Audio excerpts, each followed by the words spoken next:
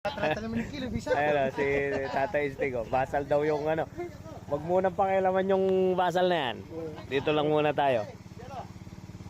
Makabukas ka niya kasi ka. Opo. Para mapagbigyan na natin si... Magaling kang maggawang fish cage talaga ba? Masalilo ka na. Oh, yaga na kapos. Kapatang na naman ni Kaya. Ano, sino? Oo. Sinabi mo, wala yung pagpinugdre ka. Wala pa. Yung Friday. Oh, Friday po. Opo, bukas. Sinabi ko. Ali, dakapta na po bukas. Ali ko naman sinabi bukas ng sir. Yung kukutang na hanap. Ano kanya nung alang small? Uy. Mag-big size ka. Ayaw, kumatanggod na. Mag-big size ka. Ay, kaya mo na yung pamilit ang motor ko. Pagdami ka rin. Ito yung susi ka rin. Pati yung motor. Yan ang tuwang rin. Yan. Kapati mo itang motor ko. Balo mo na yung pa-100 ha. Yan o, tabi, yan ang takay. Yata, tatlo lang aluan. Puros lahat ha, 3-4. Mapaliport natin.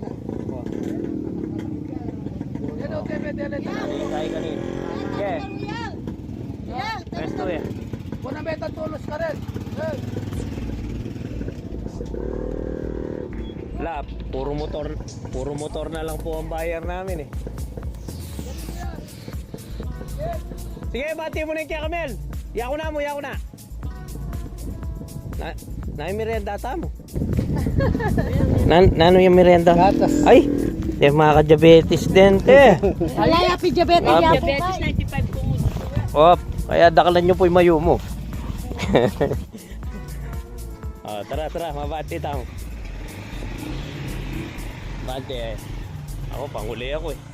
Kaya, ligado tayong pumunta doon sa sulok.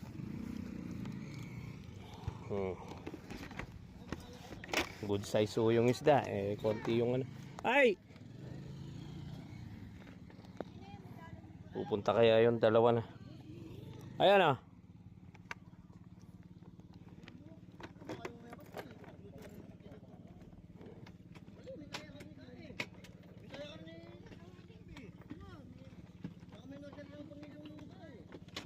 Okay. Uy.